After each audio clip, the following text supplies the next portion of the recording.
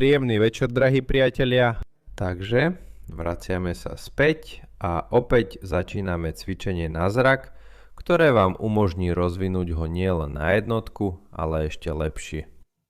Pripomínam tým, ktorí sledujú prvýkrát, že už sme mali niekoľko cvičení na zrak. Ako to všetko začalo? Príbeh je takýto. Raz som prišiel predložiť si vodický preukaz a zistil som, keď som si kontroloval zrak, že nevidím len ten riadok, ktorý je jednotka, ale vidím aj nižšie a ešte vidím vydavateľstvo, tlačiareň, náklad 500 000 výtlačkov. No, v podstate, ale to nie je len tak, takéto videnie som nemal od narodenia, nie. Pomocou tréningov som si ho rozvinul. O tom som vám už podrobne rozprával. Je o tom niekoľko videí. Ak chcete, pohľadajte, možno dám odkaz dole. Ak nie, sľúbil som vám porozprávať, ako som to urobil. Zrak opravoval. Časť cvičení som už ukázal, v krátkosti pripomeniem, podrobnejšie ste ich mohli vidieť niekde tam. Mal som asi -1,5, možno -2, čiže som nevidel úplne ostro. Tam, kde kontrolujú písmená, niekde v strede riadku som ešte videl, potom už horšie. A sľúbil som vám porozprávať, ako som si zrak opravoval. Časť cvičení som už ukázal, v krátkosti pripomeniem, podrobnejšie ste ich mohli vidieť. Očné svaly rozdeľujeme na dve skupiny a dnes vám ukážem hlavné, ktoré vám zlepšia zrak ešte viac. Takže teda také, ktoré vám umožní rovnako ako mne vidieť nielen spodný riadok, ale ešte nižšie. Ešte nižšie. Tak. Celkovo teda existujú dve hlavné skupiny cvičení. Svaly oka rozdeľujeme na dve skupiny. Prvá skupina sú tie svaly, ktoré pohybujú okom. Tieto svaly musíme trénovať.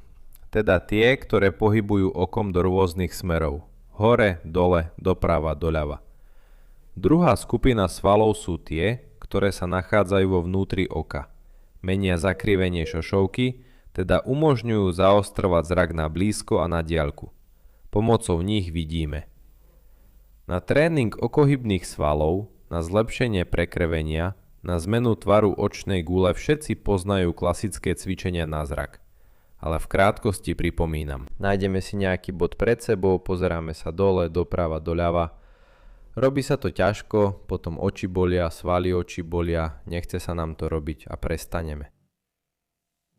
Variant, ktorý sme s vami rozoberali, ktorý prináša výsledky, to video s týmto cvičením je podrobné, je to úplne prvé video o zraku, ale v krátkosti pripomínam. Nájdeme si nejaký bod pred sebou, pozeráme sa naň a začneme otáčať hlavou na jednu stranu, trénujete biceps.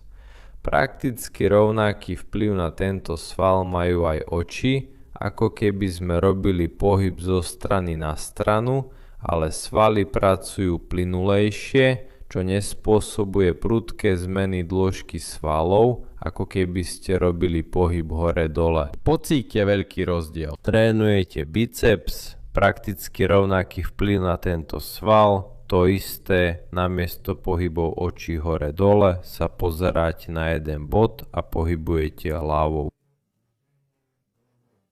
Takto vaše oko voči hlave, voči očnici robí to isté, ako keby ste pohybovali hore-dole. Pocíťte veľký rozdiel. To znamená, že môžete dokonca, ak vám nie je ľúcať seba, urobiť takýto experiment a najprv robiť pohyb hore-dole a potom vyskúšať tú možnosť, ktorú som práve opísal. Pozeráme sa do jedného bodu, robíme pohyb hore, dole, doprava, doľava. To znamená, že začíname práve takýmto rozcvičovacím pohybom. A tu už môžete použiť nejaké obrázky, nejaké čísla a pozerať sa na ne počas tohto cvičenia.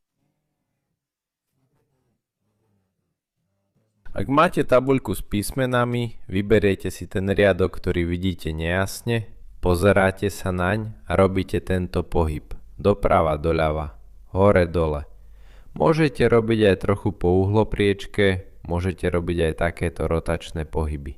To znamená, napríklad tréning začína týmto, Teda vyberiem si bod, pozerám sa vám pozorne do očí, mimochodom ospravedlňujem sa Alexejovi Ivanovovi, minule som povedal, že nie je prihlásený na odber, v skutočnosti je prihlásený na odber, ale Jur Semenov, pozri, ty si sa doteraz neprihlásil na odber. V podstate sa pozeráme na jeden bod, robíme pohyb hore-dole, spravíme asi 10 krát doprava doľava, po uhlopriečke ste spravili na jednu aj na druhú stranu, môžete otáčať na jednu stranu, na druhú stranu. Ale po celý čas udržujte svoj pohľad, ste na riadku, najľahšie sa orientuje a vidí svoj pokrok na očnej tabuľke. Stiahnite si ju, zavieste si ju niekam, na ne budete trénovať. Veľkú úlohu zohráva aj osvetlenie. Ak si všimnete, že pri dobrom osvetlení vidíte lepšie a pri zlom horšie, musíte trénovať práve pri zlom osvetlení. A potom, keď bude osvetlenie lepšie, bude aj zrak ešte lepší, teda oku sa bude ľahšie pracovať, ak ho trochu trénujete. Pri zlom osvetlení to znamená, že pri tréningoch by nemalo byť jasné svetlo. Takže toto som vám pripomenul a druhá skupina cvičení sú cvičenia práve na akomodáciu. My sme to robili tak, že sme si zobrali nejaký predmet a posúvali sme ho trochu dopredu, trochu dozadu, tiež s rôznym postavením očí. Je potrebné, aby si oko zvykalo pracovať nielen keď je v strede, ale aj pod rôznymi uhlami. To sme s vami tiež robili, je o tom aj podrobné video. Toto je namiesto cvičení, keď nerobíte prudké pohyby, ale keď pomaly presúvate pohľad dopredu a dozadu. Prudké pohyby sú pre oko zlé, pretože dochádza k prudkému uvoľneniu a natiahnutiu svalu a prekrveniu svalu. To pocítite, keď toto cvičenie nie je vhodné na tréning. Sval treba trénovať tak, ako každý iný, aby pracoval plynulo, nie prudko. A keď pomaly presúvame pohľad dopredu a dozadu, vzniká také pomalé napätie, uvoľnenie, natiahnutie svalu a prekrvenie svalu. To pocítite, keď tu je dátum, do ktorého platí na malú vzdialenosť. Teraz, čo máme urobiť, aby sa zlepšila ostrosť zraku? Vymeniť svoje okuliare za slnečné okuliare s takýmto sklom, aké ste mali. Ďalší krok všetkých cvičení. Takže, pozrite sa. Tu je zobrazené číslo karty, tu je dátum, do ktorého platí a tu je CVC, CVV, teda tie tri čísla na zadnej strane karty. Takže teraz je moja úloha. Ak rozpoznám tieto čísla, všetky tie obrovské peniaze, ktoré sa tam nachádzajú, získam ja. A musím to všetko rozpoznať. Čo robím? Takže, napríklad, začneme týmto. Teraz potrebujeme trochu posilniť sval, ktorý nám bude meniť zakrivenie šošovky. Povedzme, že stojím v takejto vzdialenosti a z tejto vzdialenosti vidím všetko perfektne. Všetky tri rady. Môžete ich robiť aj viac. A táto vzdialenosť mi na tréning nevyhovuje. Začínam sa vzdialovať. Vzdialovať. A v určitej vzdialenosti, napríklad, prestanem vidieť spodný rad. Tento už nevidím z tejto vzdialenosti. A teraz čo robím? Pozerám sa na tento spodný rad a nejakým spôsobom si to označím. Zapichnem paličku, nakreslím čiaru, vidím. Urobil som krok späť, opäť nevidím. A začínam sa približovať, pozerám sa na tento bod, približujem sa. Znova vidím a začínam sa vzdialovať. Teraz nevidím. Je lepšie najprv nájsť túto vzdialenosť, kde už prestanete vidieť, aby ste nemuseli robiť veľa krokov. To znamená, že urobím krok raz, vidím, urobím krok späť, znovu nevidím. Začínam robiť tieto pohyby trochu dopredu, trochu dozadu, akoby robím pohyb. A po nejakej chvíli zistím, že už vidím. Nie tam, kde som si to označil, ale trochu ďalej. Takto začínam trénovať, ale približujem sa. Približujem sa, robím niekoľko krokov dopredu, začínam vidieť, teraz odchádzam odtiaľto, ale stále sa pozerám ešte trochu dopredu. Idem bližšie a potom znovu ďalej, ďalej odchádzam, potom znovu dopredu. Stále sa pozerám na tento bod. Ako to vyzerá, bude to vyzerať zvonka zvláštne. To znamená, že prichádzam, teraz odchádzam odtiaľto, ale stále sa pozerám na tento bod.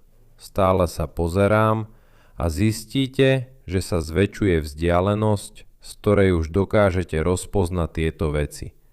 Že pri otočení na jednu stranu ich vidíte jasnejšie. Môžete to ešte sťažiť. Začnete to robiť pri otočení, teda otočíte hlavu na jednu stranu a robíte to isté. Takto ste pristúpili, potom ste sa vzdialili na jednu stranu, na druhú stranu a zistíte, že pri otočení na jednu stranu vidíte jasnejšie, pri otočení na druhú stranu menej jasne. Možno trénujete v takom akoby nie veľmi osvetlenom prostredí, napríklad počas 5 až 10 minút. Viac ako 10 minút netreba, maximálne 10 minút. Ideálne je robiť to 5 až 10 minút. A osvetlenie by nemalo byť príliš jasné. Malo by byť trochu tlmené, pretože ak trénujete v nie príliš osvetlenom priestore, je to lepšie. A začnete ďalšie cvičenie. Postavíte sa, pozeráte sa na bod, ktorý vidíte len matne. Bude to pre vaše oči jednoduchšie, keď je všetko jasné. Počas jedného tréningu ste napríklad zväčšili vzdialenosť, z ktorej vidíte. Povedzme o pol metra, o meter, niekto aj viac. Na prvých tréningoch to môže byť aj viac. Potom začnete ďalšie cvičenie. Stojíte, pozeráte sa na tento bod, ktorý vidíte nejasne a robíte to, o čom sme hovorili. Otáčate hlavou doprava, doľava, hore, dole, až začnete vidieť jasnejšie. Potom ešte trochu pokračujte s pohybom dopredu a dozadu. Prečo je to efektívnejšie, než len presúvať pohľad z jedného bodu na druhý? Ešte raz opakujem pre tých, ktorým to stále nie je jasné. Je to efektívnejšie, pretože sval začína pracovať plynulejšie, keď mu dáte možnosť neprepínať sa prudko z jedného predmetu na druhý, ktoré sú od seba veľmi ďaleko. Nemá ten moment, keď sa stráca kontakt s predmetom a jej práca prebieha pomaly. Skrátka, toto cvičenie naozaj pomáha obnoviť zrak.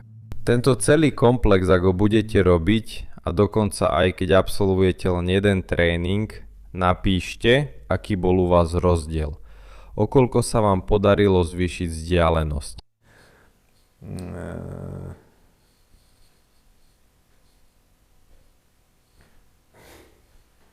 Tak poďme, všeobecne platí, že píšte komentáre, dávajte lajky, uvidíme sa, môžete si to pozrieť viackrát, nie je to zakázané, 2 lajky za sebou nedávajte, stačí raz, prihláste sa na odber, ak ešte nie ste prihlásení